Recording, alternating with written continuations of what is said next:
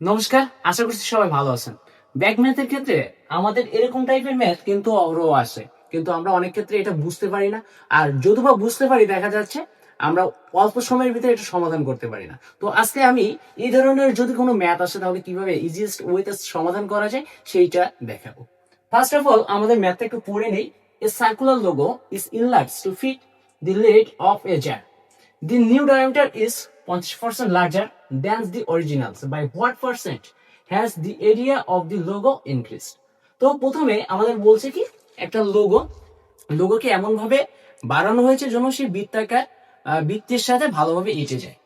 তারপরে আমার কথা হচ্ছে দি নিউ ডায়ামিটার, অর্থাৎ নতুন যে ডায়ামিটারটা 50% বৃদ্ধি করা হয়েছে। আগে যে ডায়ামিটারটা ছিল তার থেকে কত পার্সেন্ট? 50% বেশি ইনক্রিজ করা হয়েছে।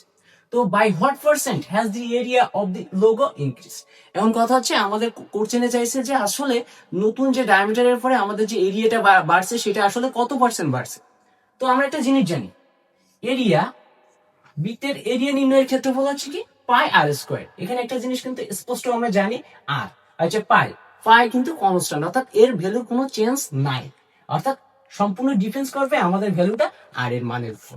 তো যেহেতু 50% লার্জার হবে, দ্যাটস মিনস আমাদের যদি ব্যাসার্ধ অর্থাৎ ব্যাস যদি 2r হয়, ব্যাস যদি থাকে, ব্যাস যদি 50% বৃদ্ধি পায়, দ্যাটস মিনস ব্যাসার্ধ কত পার্সেন্ট বৃদ্ধি পাবে?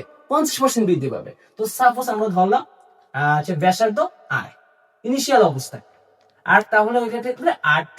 ওকে, ভালো কথা। তাহলে এখন ইনিশিয়াল অবস্থায় আমাদের কত ধরলাম ব্যাসার্ধ ছিল 2, তাহলে এখানে কত হবে? 3। যেহেতু 50% বৃদ্ধি পাইছে তাহলে আমাদের কত আসতেছে? 3। তাহলে এখন দেখেন আমাদের এখানে কিন্তু আর এর স্কয়ার, দ্যাটস মিন্স এর যদি স্কয়ার করি তাহলে এর স্কয়ার করলে কত আসতেছে? এখানে আসতেছে 4, এখানে আসতেছে 9। তাহলে আমাদের এরিয়াটা বাড়ছে কতটুকু এখানে দেখি। তাহলে এখন আছে আমাদের বৃদ্ধি পাইছে কতটুকু একটু দেখেন। বৃদ্ধি equal to 9 minus 4 equal to কত? 5। এখন কিন্তু আমাদের ম্যাথ শেষ, কারণ কি এখন আমরা জাস্ট দুই লাইনে ম্যাথটা করে ফেলবো। একটা হচ্ছে কি ঐকিক নিয়ম এখানে আমরা ইমপ্লিমেন্ট করতে পারি। কিভাবে? আমাদের কি 4 এর থেকে বৃদ্ধি পাইছে কতটুকু? 5 মিটার। অতএব 1 এর জন্য কত? 5/4। অতএব 100 এর জন্য কত হবে তাহলে? 5 গুণিত 100 বাই কত? 4। দ্যাটস মিনস এখানে কাটলে 1.25, অর্থাৎ কত?